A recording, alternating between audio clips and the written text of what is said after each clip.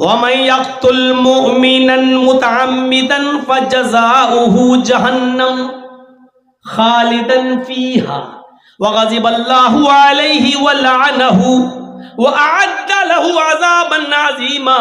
قرآن کریم کی اس آیت کو میں نے آپ کے سامنے پڑھا ہے، رکھ دیا، ترجمہ سن لو اور کچھ کہنے کی ضرورت نہیں۔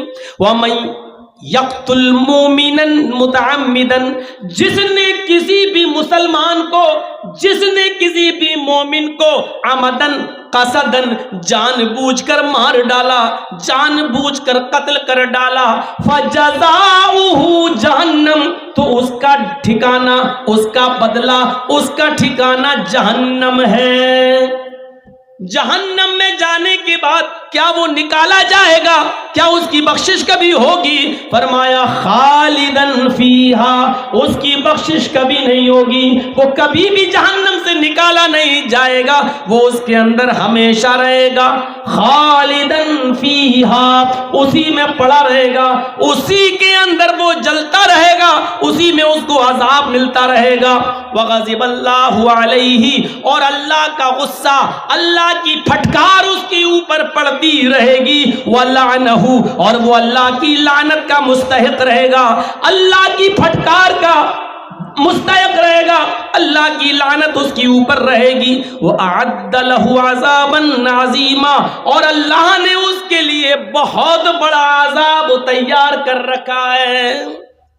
بہت آسان ہے سننا، لیکن سوچیے، اللہ نے یہ نہیں کہا کہ ہم نے اس کے لیے عذاب تیار کر رکھا ہے۔ وَأَعَدَّ لَهُ عَذَابًا عَظِيمًا، ایک تو اللہ عذاب کہہ دے وہی کافی ہے، اللہ کا عذاب ویسے ہی سخت ہے، لیکن عذاب عظیم کہہ دینا، بڑا عذاب کہہ دینا، یہ اپنے اندر ایک اور معنی رکھتا ہے کہ بڑا عذاب کیا ہوگا۔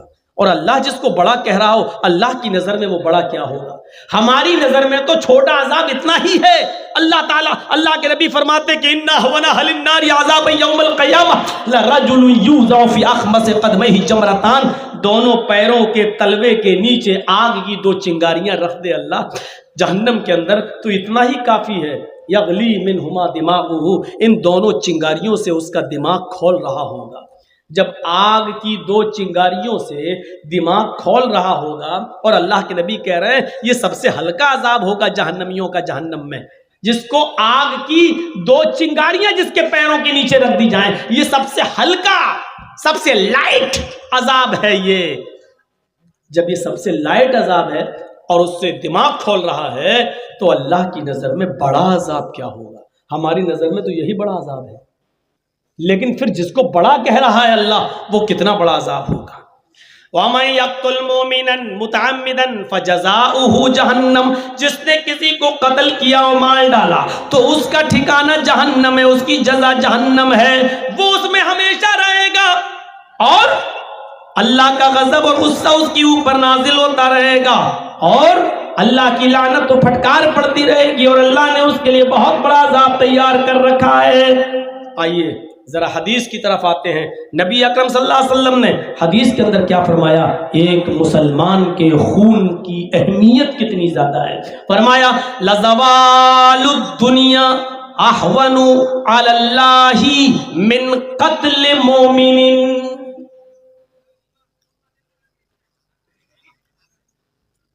ایک مسلمان کو ناحق قتل کر دیا جاتا ہے، اللہ کی نظر میں یہ اتنا زیادہ بڑا کام ہو گیا ہے۔ کسی نے اگر ایک مسلمان کو قتل کر دیا بغیر حق کے، بغیر غلطی کے اگر مار ڈالا، تو اللہ کی نظر میں اتنا بڑا ہے کہ لزوال الدنیا احون علی اللہ، پوری دنیا اگر مٹ جاتی، پوری دنیا ختم ہو جاتی، تو اللہ کو اس کی اتنی پرواہ نہ ہوتی۔ اللہ کے نزدیک یہ آسان تھا کہ پوری دنیا برباد ہو جائے، پوری دنیا کے لوگ مر جائیں، لیکن ایک بے قصور کو کیوں مارا گیا؟ یہ اس سے بھی زیادہ سخت ہے اللہ کی نظر میں۔ وہ پوری دنیا کو برباد ہوتا دیکھنا گوارا کر لے گا، لیکن ناحق کسی مومن کا، کسی مسلمان کا قتل اس کو برداشت نہیں۔ یہ حدیث ہمیں کیا بتلا رہی ہے؟ ایک مسلمان کا مقام اور ایک مسلمان کا درجہ اللہ کی نظر میں کیا ہے، اس کو اگر سمجھنا ہے تو آئیے اس حدیث سے سمجھیں۔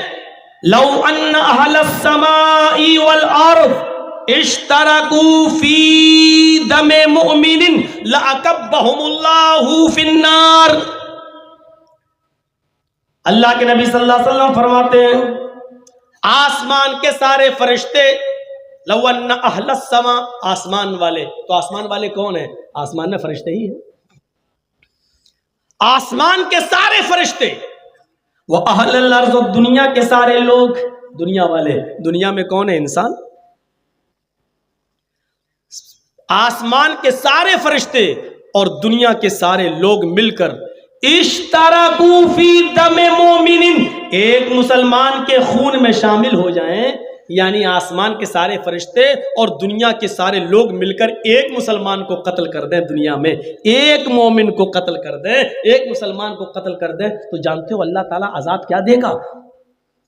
لَأَكَبَّهُمُ اللَّهُ فِي النَّارِ، تو اللہ ان فرشتوں کو بھی جہنم میں ڈال دے گا اور پوری دنیا کے لوگوں کو بھی جہنم میں ڈال دے گا. اس سے آپ اندازہ لگا سکتے ہیں کہ ایک مسلمان کی اہمیت کیا ہے.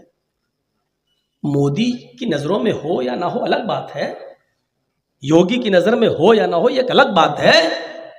یہ لوگ کوئی بھگوان تھوڑی ہیں، خدا تھوڑی ہیں. آنے والا 100 سال کے بعد کا زمانہ آپ دیکھیے گا، نہ ہم رہیں گے نہ آپ رہیں گے. تاریخ کبھی کسی کو معاف نہیں کرتی، ہسٹری کسی کو معاف نہیں کرتی.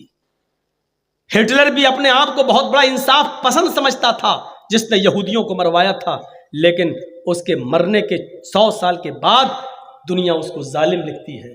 حجاج ابن یوسف کے منہ پہ کوئی اس کو ظالم نہیں کہہ سکا، اس کے مرنے کے بعد ظالم لکھا گیا. اور تاریخ کبھی معاف نہیں کرتی ہے، ہسٹری کبھی کسی کو معاف نہیں کرتی ہے. 100 سال کے بعد نہ مودی رہے گا، نہ آپ رہیں گے، نہ ہم رہیں گے. 100 سال کے بعد ہماری آنے والی نسلیں مومن مودی کو ہسٹری اور تاریخ میں ظالم لکھیں گی، اور وہ کورس کی کتابوں میں پڑھایا جا رہا ہوگا. کہو انشاءاللہ. تاریخ کبھی کسی کو معاف نہیں کرتی. میڈیا والے ان جملوں کو کاٹ دیں، یوٹیوب پہ نہ دیں. یو پی کے چناؤ ہیں، قریب ہیں، ماحول بگاڑنے کی کوشش کی جا رہی ہے، اور اتنا سا جملہ ابھی انڈیا ٹی وی والا اور ہندوستان چینل والا لے لے گا اور اسی کو اچھالے گا، پھر کہے گا ممتا کا مولانا، پھر اچھالے گا، وہ کہے گا، اور پھر یو پی کا ماحول خراب کرے گا. آپ لوگ زیادہ خراب کرواتے ہیں. اللہ کرے کہ یو پی کے اندر سیکولر پارٹی آ جائے. بڑا عجیب گھناؤنا کھیل کھیلا جا رہا ہے. ابھی 10 دن سے میں کشن گنج میں ہوں، کشن گنج کے علاقے میں، اسی علاقے میں، اور اس سے 2-3 دن پہلے لکھنؤ میں جہاں ہم رہ رہے ہیں اس وقت، ہمارے پاس یوگی کے اپنے آدمی آئے اور کہا کہ مجھے ہیڈ کوارٹر سے بھیجا گیا ہے، یو پی میں آپ کس کا پرچار کرو گے؟ میں نے کہا ارادہ تو اکھلیش کا ہے. کہا کہ ہمیں نہیں پہچان رہے. میں نے کہا آپ نے بتایا ہی نہیں. کہ مجھے یوگی جی نے بھیجا ہے.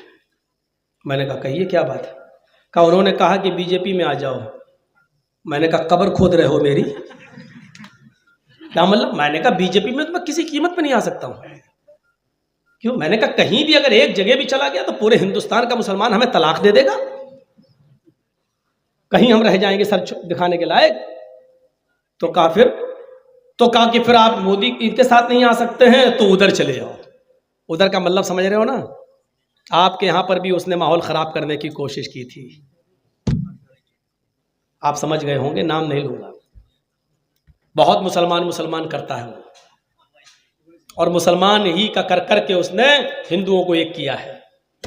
کہا کہ اگر آپ یہاں نہیں آ سکتے ہو تو وہاں چلے جاؤ. ہم نے کہا اس سے آپ کو فائدہ؟ کہا اس میں تو اور فائدہ ہی فائدہ ہے ہمیں.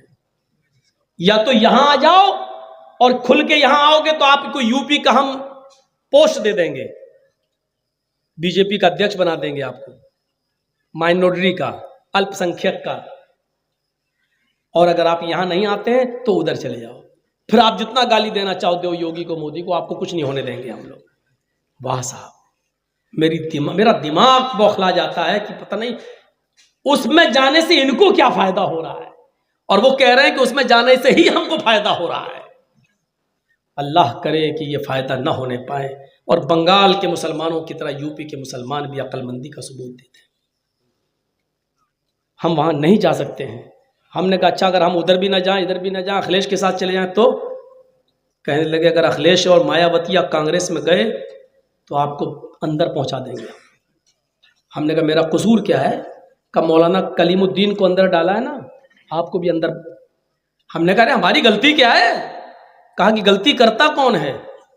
یہ کورٹ میں ثابت کرنا کی غلطی کیا ہے؟ 10 سال لگ جائیں گے یہ ثابت کرنے میں غلطی نہیں ہے، ہم نے کچھ کیا ہی نہیں ہے. کتنا دباؤ ہے اور کتنا پریشر ہے.